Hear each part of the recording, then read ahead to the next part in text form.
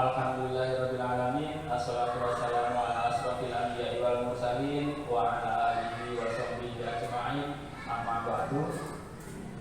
Bapak Ibu guru sekalian,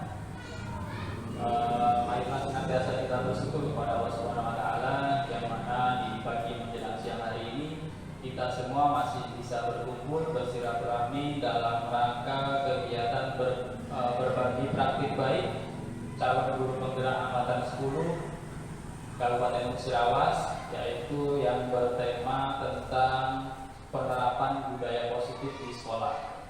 Kemudian tak lupa salawat beserta salam senantiasa kita aturkan kepada junjungan kita Nabi besar Muhammad Sallallahu Alaihi Wasallam yang selalu kita nantikan syafaat beliau hingga akhir nanti. Amin ya rabbal alamin. Bapak Ibu sekalian, di sini kita akan menyaksikan atau melaksanakan kegiatan berbagi praktik baik yang mana nanti akan dipresentasikan oleh rekan kita calon guru penggerak angkatan 10 Kabupaten Musirawas, yaitu Ibu Dwi Ayu Retnosari. Nah, nanti setelah beliau melakukan presentasi selesai, kita adakan sesi tanya jawab. Nah, nanti silakan Bapak Ibu saksikan dengan seksama, pelajari apa materi yang akan disampaikan oleh Ibu Ayu. Nah, nanti kita adakan sesi tanya jawab. Nah, selanjutnya kepada Ibu Ayu Retnosari kami persilakan untuk melaksanakan presentasi.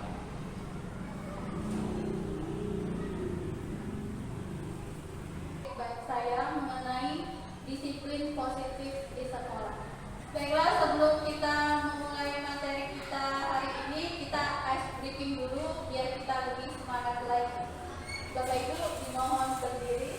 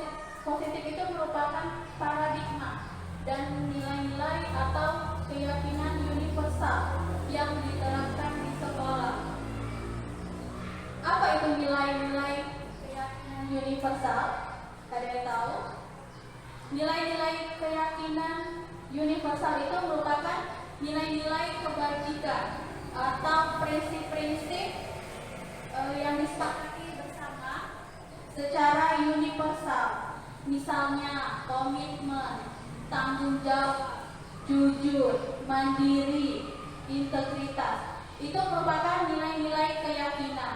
Atau kalau dalam kurikulum Merdeka kita kenal dengan profil pelajar Pancasila, yaitu beriman, bertakwa kepada Tuhan Yang Maha Esa, kebinekaan global, kemudian kreatif, bergotong royong, bernalar kritis, mandiri.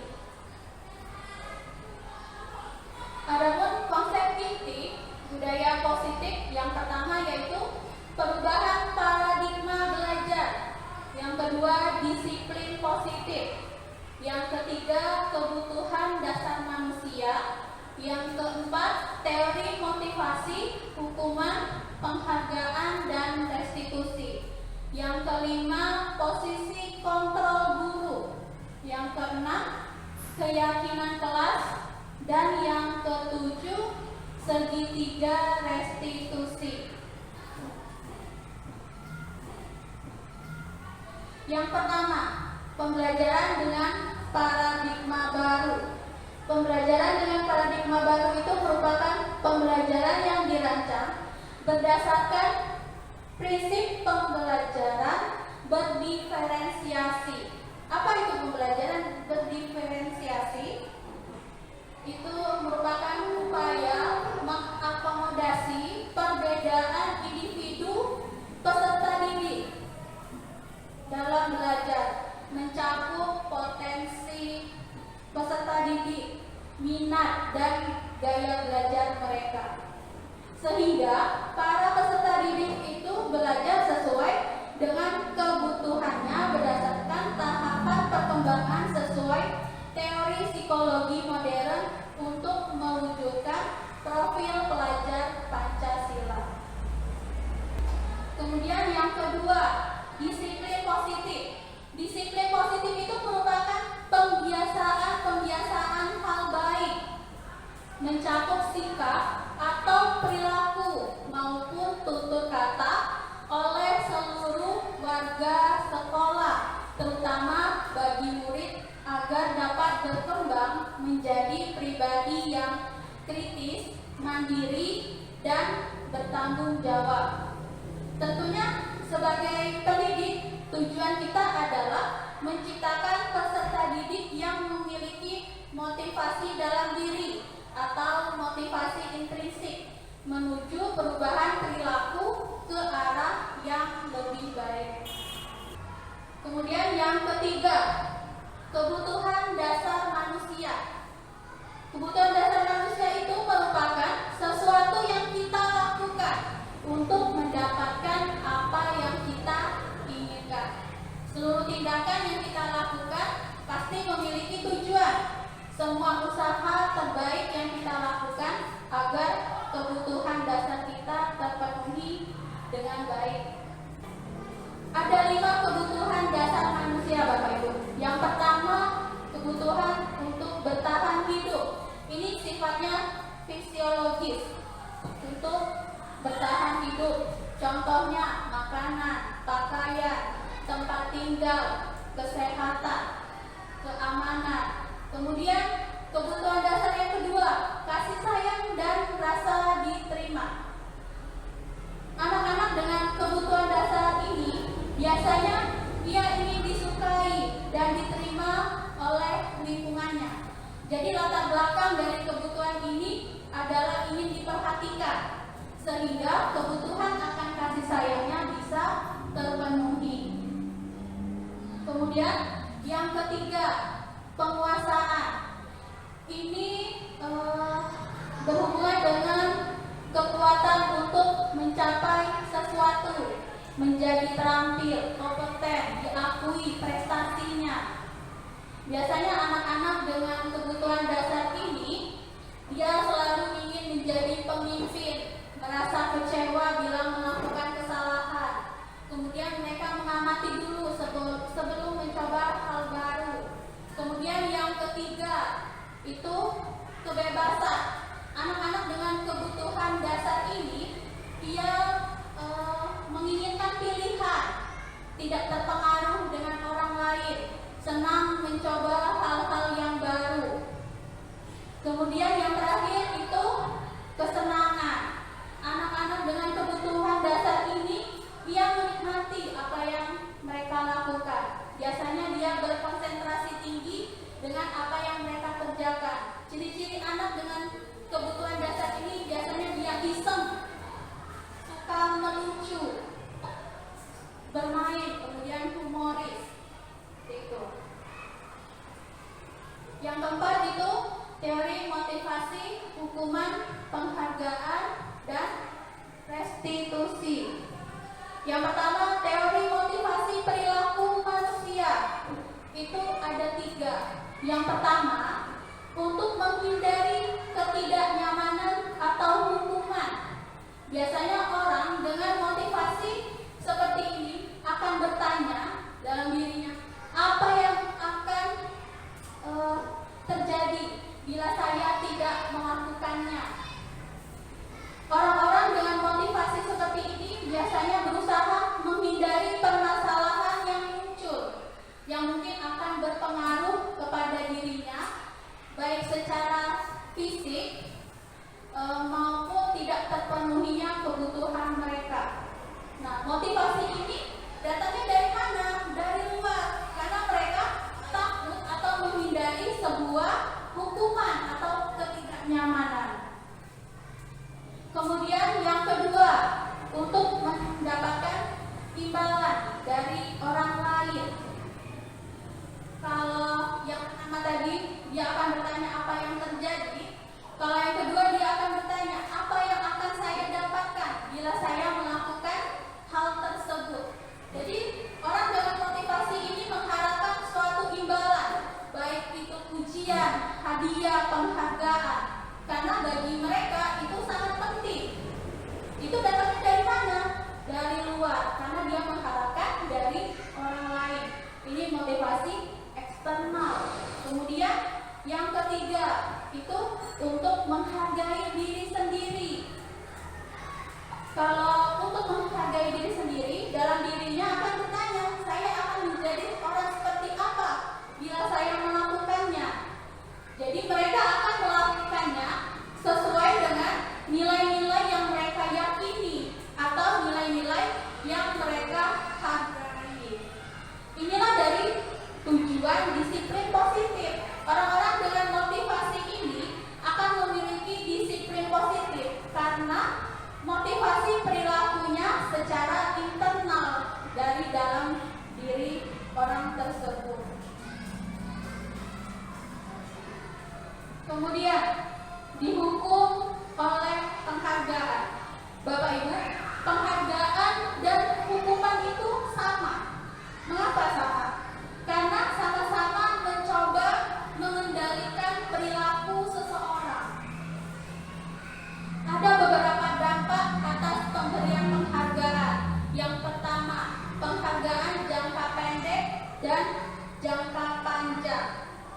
Itu contohnya seperti misal kita memberikan hadiah kepada anak lagi dan lagi, sehingga anak tersebut menjadi ketergantungan dengan penghargaan tersebut. Jadi motivasi dari dalam dirinya itu berkurang. Kemudian penghargaan menghukum. Penghargaan menghukum itu seperti apa? Contoh, misal kita memberikan ranking kepada anak, kemudian anak yang tidak mendapatkan ranking itu akan merasa dihukum. Yang ketiga, penghargaan mengurangi ketepatan. Contohnya, misal saya melakukan sesuatu agar mendapatkan suatu penghargaan, kemudian saya tidak mendapatkannya, saya merasa kecewa. Lalu saya berpikir suatu hari nanti atau besok saya akan tidak berusaha sekeras seperti sebelumnya. Seperti itu. Kemudian yang keempat, penghargaan menjadi tidak efektif. Yang kelima, penghargaan merusak hubungan. Contohnya, misal saya memberikan pujian kepada Pak Sapun di depan kalian semua, itu akan menimbulkan rasa iri kepada orang yang tidak mendapatkan pujian. Akan timbul rasa tidak senang kepada orang yang mendapatkan pujian tersebut. Kemudian penghargaan itu juga menurunkan kualitas. Yang ketujuh, penghargaan mematikan kreativitas. Contohnya, misal ada dua kelompok sama-sama disuruh membuat sebuah puisi. Kelompok A tidak kita beritahu bahwa kalau dia berhasil menuliskan sebuah puisi, dia akan mendapatkan hadiah. Nah, kreativitas akan mendapatkan hadiah itu akan lebih menurun. Fokusnya berkurang karena dia memikirkan hadiah. Kemudian penghargaan mengurangi motivasi, intrinsik motivasi dalam diri anak. Ini ada beberapa apresiasi atau pengakuan yang perlu kita ingat. Ada beberapa hal. Yang pertama, beri pengakuan secara khusus. Yang kedua, beri pengakuan secara pribadi. Yang ketiga, beri pengakuan kepada semua murid. Jadi bergantian, jangan cuma bisa saja bergantian. Yang keempat, beri pengakuan secara konsisten, terus berkelanjutan. Yang kelima, fokus pada prosesnya.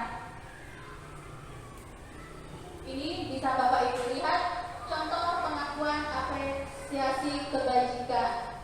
Bisa kita pakai kalimat pembuka. Kemarin Ibu perhatikan nilai kebajikannya, rasa empatimu besar sekali pada saat kamu menolong murid baru di kelas kita.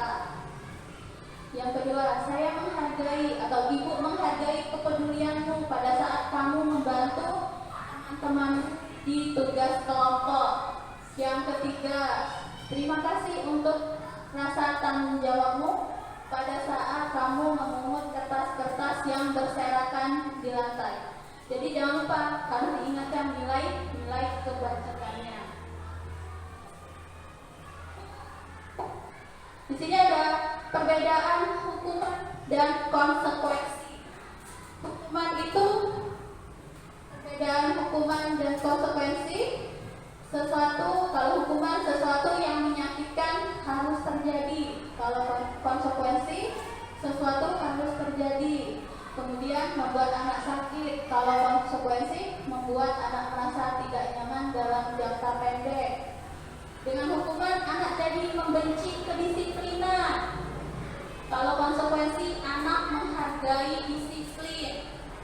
Kemudian ada paksaan pada hukuman. Kalau konsekuensi ada stimulus dan tanggapan. Hukuman konsep diri menjadi buruk, konsep diri menjadi baik pada konsekuensi. Kalau pada hukuman anak belajar untuk menyembunyikan kesalahan.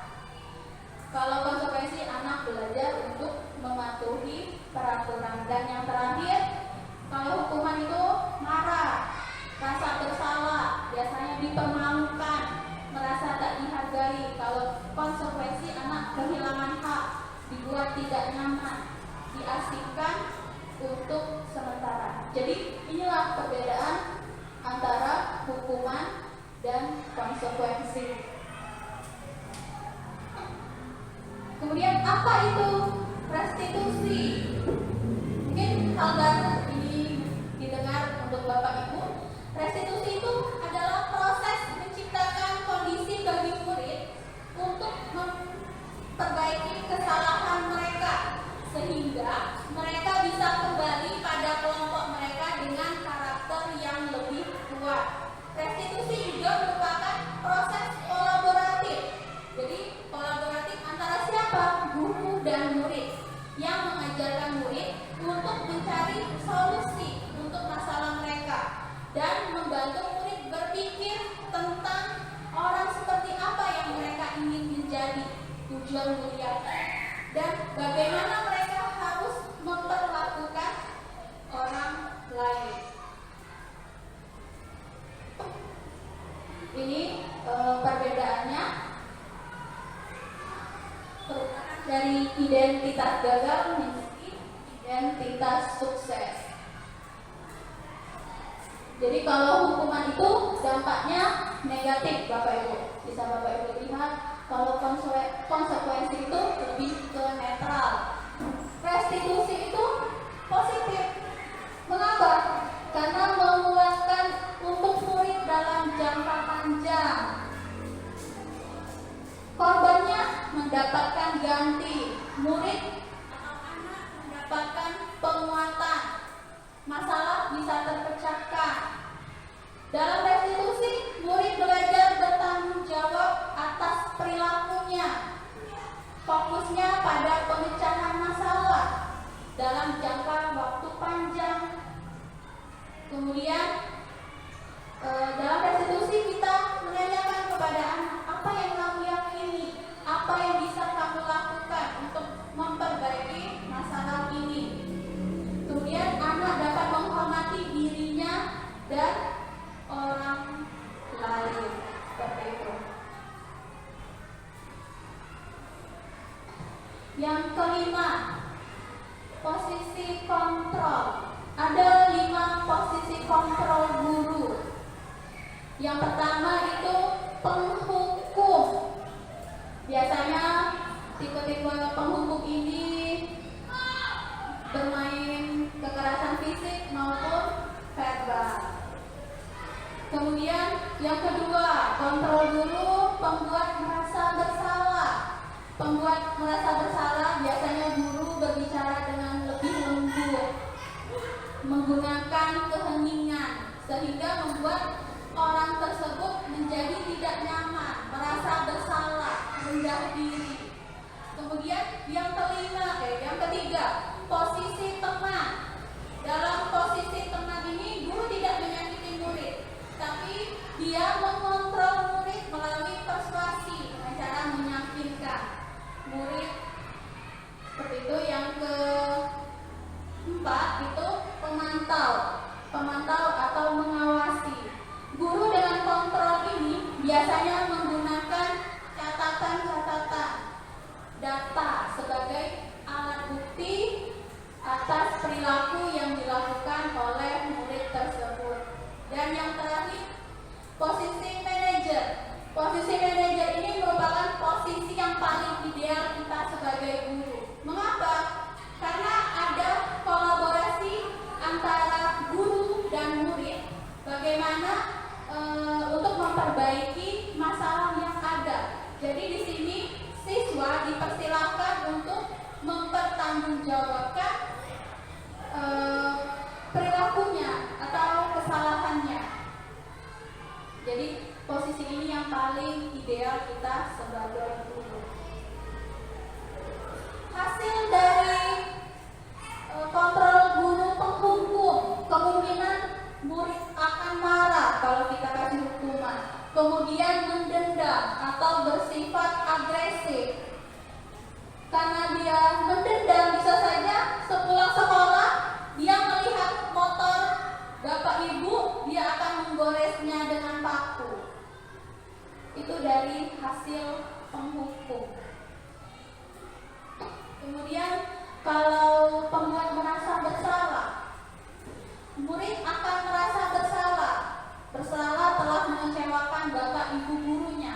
Mereka akan menjadi orang yang gagal, tidak sanggup membahagiakan orang lain. Kadang-kadang sifat ini lebih berbahaya dari sikap penghukum, karena emosi akan tertanam rapat di dalam, di mana murid bisa menumpahkan amarahnya walaupun dengan cara negatif. Murid tertekan seperti inilah yang tiba-tiba meletus amarahnya dan bisa menyakiti diri sendiri dan orang lain. Kemudian hasil dari kontrol teman, murid akan merasa senang dan akrab dengan guru. Ini termasuk dampak yang positif. Hanya saja sisi negatifnya, murid menjadi ketergantungan pada guru tersebut. Bila ada masalah, dia bisa mengendalikan guru tersebut untuk membantunya.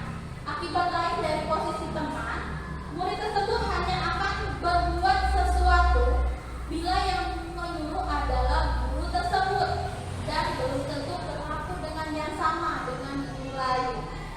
Seperti itu. Kemudian pemantau. Hasil dari pemantau, murid memahami konsekuensi yang harus dijalankan karena telah melanggar salah satu peraturan sekolah. Guru tidak menunjukkan suatu emosi yang berlebihan, menjadi marah atau membuat merasa bersalah. Nah, ini yang kelima, posisi yang paling ideal, karena fokusnya ada pada murid, bukan untuk membahagiakan orang lain, guru atau orang tua. Di sini murid sudah mengetahui adanya suatu masalah dan sesuatu perlu terjadi. Bila guru mengambil posisi pemantau, guru akan konsekuensi ya apa peraturan.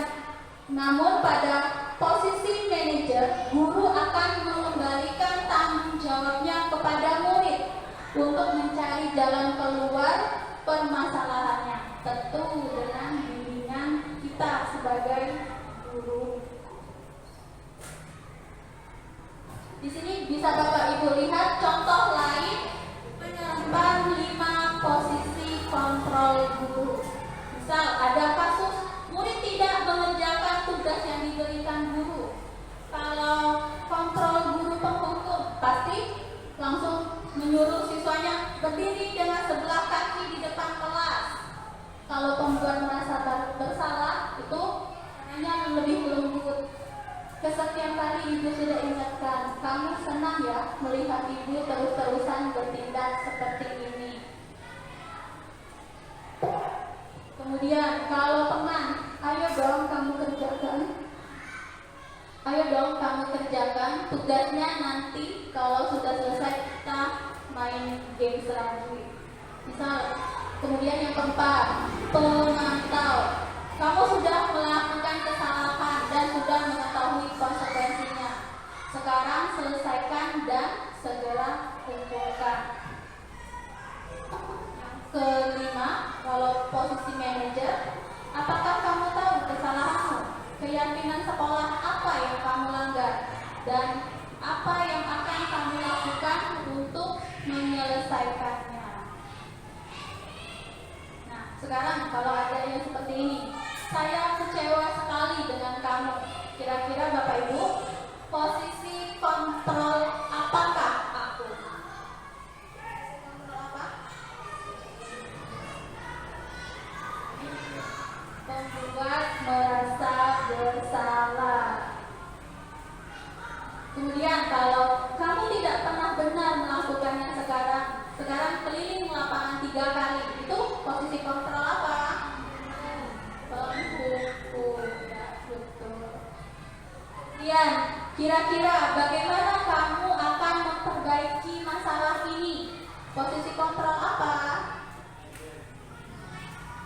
Ya benar, manajer. Ayo lakukan demi Bapak Ibu. Posisi kontrol apa? Teman.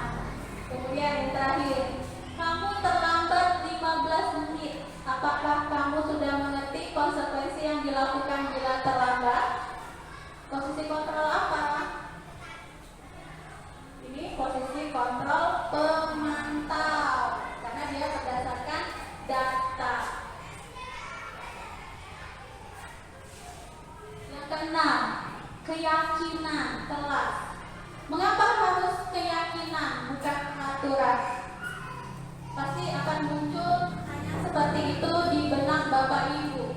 Sama sepertinya ketika mengapa kita harus berkendara menggunakan helm misalnya. Kemudian mengapa kita harus mematuhi protokol kesehatan dengan menggunakan masker atau mencuci tangan? Mengapa? Untuk pertanyaan yang pertama, mengapa kita harus berkendara menggunakan helm? Itu karena untuk keselamatan. Kemudian, mengapa kita menggunakan masker? Itu demi kesehatan. Inilah yang disebut dengan nilai keyakinan. Karena ada keyakinan di dalamnya. Keyakinan inilah yang lebih mendorong seseorang untuk lebih tergerak untuk melakukannya ketimbang mengikuti berbagai peraturan. Karena ada sesuatu yang mereka yakini dalam diri mereka masing-masing. Keyakinan kaos ini merupakan kesepakatan yang diyakini bersama guru dan murid dengan harapan dapat meningkatkan kedisiplinan murid. Keyakinan kelas berupa pernyataan universal dimulai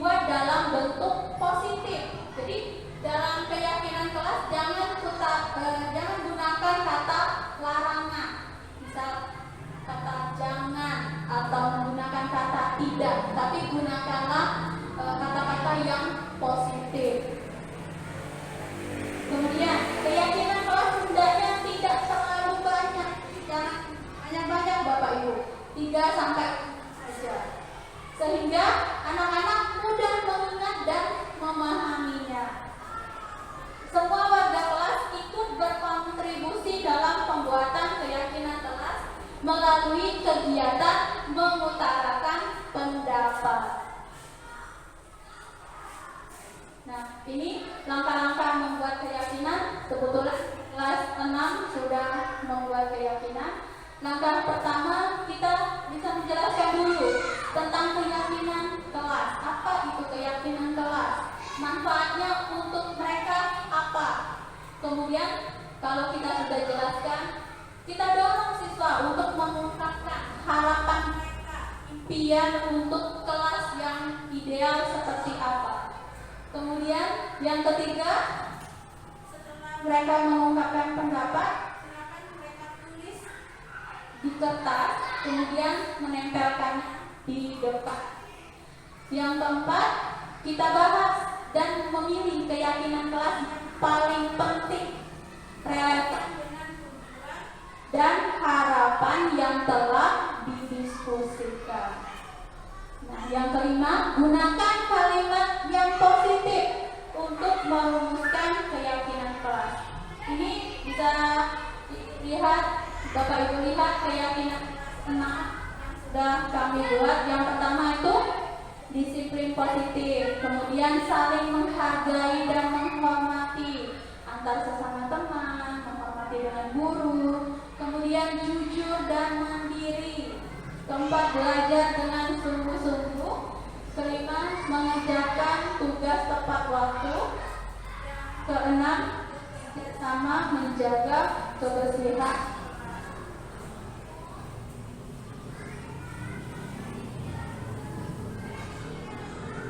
Yang terakhir itu segitiga restitusi.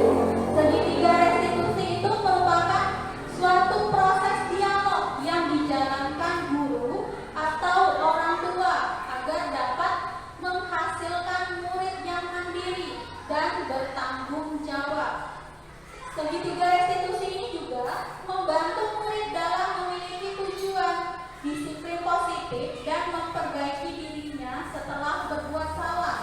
Kemudian restitusi bukan untuk menambah kesalahan, namun untuk belajar dari kesalahan.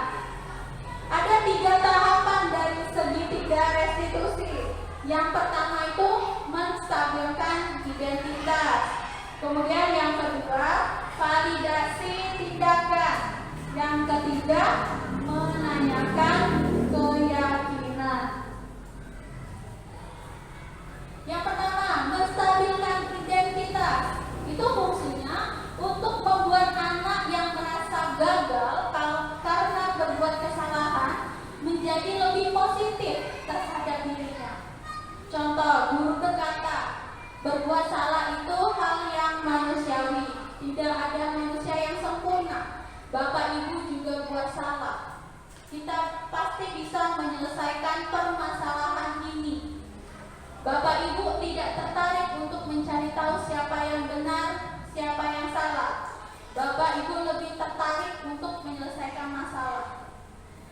Kalau kamu menyalahkan dirimu sendiri terus-menerus, apakah kamu bersikap baik pada dirimu sendiri? Itu contoh menstabilkan identitas. Kemudian yang kedua, validasi tindakan atau kebutuhan. Ini fungsinya membantu murid mengenai kebutuhan dasar yang ingin dipenuhi ketika melakukan kesalahan tersebut. Pada dasarnya, setiap tindakan manusia tujuannya adalah memenuhi kebutuhan dasar. Apakah itu kekuatan, kebebasan, kasih sayang, rasa diterima, kesenangan, atau bertahan hidup. Contohnya, misal guru berkata, kamu bisa saja kan melakukan yang lebih buruk, tapi kamu tidak melakukannya. Yang kedua, kamu pasti punya alasan mengapa melakukannya. Yang ketiga, apa yang penting bagi kamu? Kamu boleh tetap berusaha menjaga sikap itu, tapi tambahkan sikap yang lain yang baru. Maukah kamu belajar cara lain untuk mendapat yang kamu butuhkan tanpa harus memukul? Terakhir, apakah kamu bisa melakukan dengan lebih baik besok lagi? Itu contoh pertanyaan validasi kebutuhan atau validasi tindakan yang salah. Kemudian yang ketiga, menanyakan keyakinan. Anak jadi melihat kesalahannya dihubungkan dengan norma-norma sosial atau nilai-nilai keyakinan yang telah mereka sepakati. Jadi nilai-nilai yang mendasari manusia berinteraksi dengan orang lain. Contoh pertanyaannya, apa nilai yang kita percaya atau di kelas maupun di sekolah?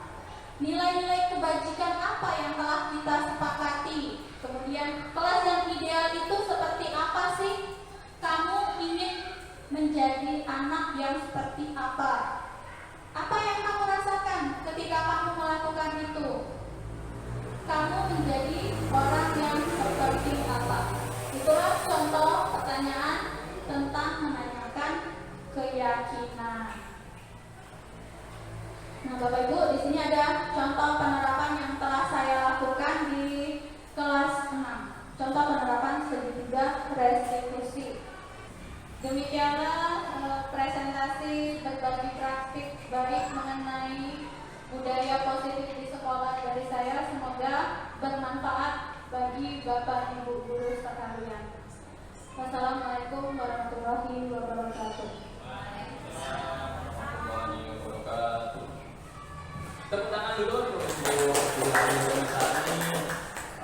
Setelah panjang kali lebar menjelaskan atau mempresentasikan tentang berbagi praktik baik berkaitan dengan penerapan disiplin budaya positif di sekolah. Nah, berdasarkan apa-apa yang sudah disampaikan oleh Ibu Ayu tadi, Bapak Ibu sekalian, seandainya ada sesuatu yang berdasar pengalaman di kelasnya yang mau disampaikan atau ditanyakan dengan Ibu Ayu, dipersilahkan.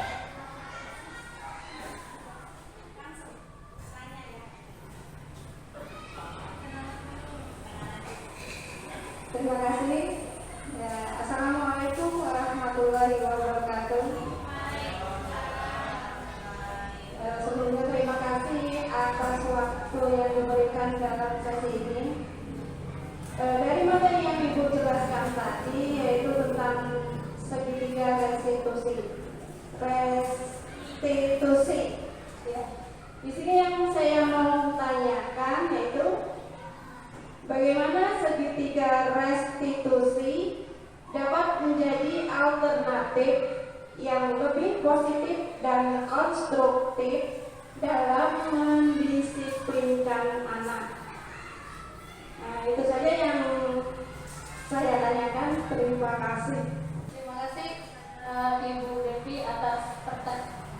Seperti yang sudah saya jelaskan tadi, segitiga restitusi itu merupakan metode atau pendekatan yang membantu anak untuk memahami konsekuensi atas tindakannya dan bertanggung jawab atas kesalahan mereka. Beberapa alasannya itu, yang pertama, dapat membantu anak memahami konsekuensi apa yang akan dia dapatkan atas tindakan yang mereka lakukan. Kemudian yang kedua, meningkatkan rasa tanggung jawab anak. Yang ketiga, itu mendorong rasa empati anak tersebut.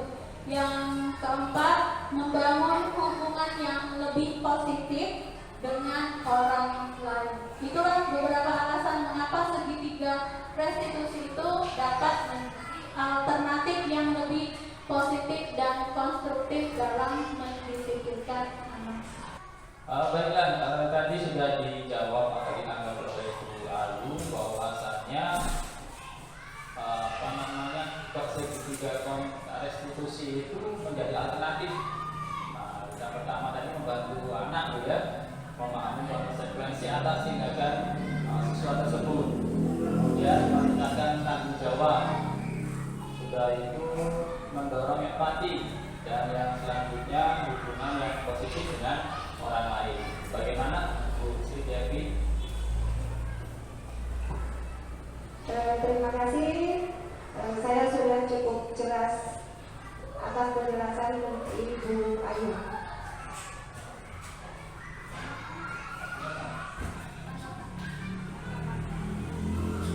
Baiklah, untuk Bapak Ibu yang lain, seandainya ada tanggapan atau mau menanggapi, kami persilakan.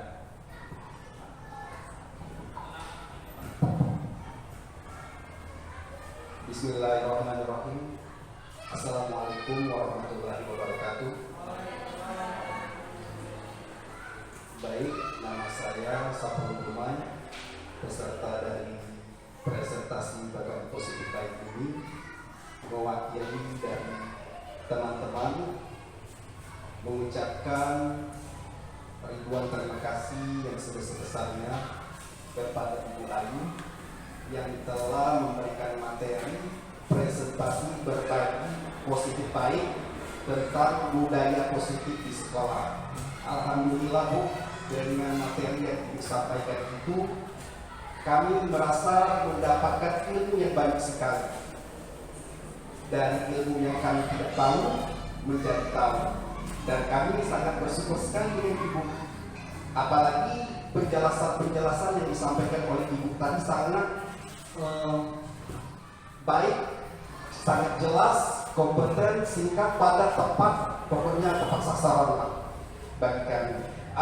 Dan kami diantaranya contoh-contoh yang penjelasan Ibu yang kami sukai, yaitu tentang 5 posisi kontrol guru yang dulunya kami tidak tahu tentang 5 posisi kontrol guru, tentang 1 penghukum, 5 pembuat merasa bersalah, 3 teman, 4 pemantau, dan 5 posisi manajer. Nah, setelah Ibu jelaskan tadi, ternyata dari kelima itu posisi manajer adalah posisi yang paling ideal. Nah, dulunya kami tidak tahu dari kelima posisi ini gimana yang lebih baik. Dari penjelasan Ibu, alhamdulillah syukur sekali atas penjelasan Ibu. Terus juga kami sangat bersyukur atas penjelasan Ibu tentang segitiga restitusi.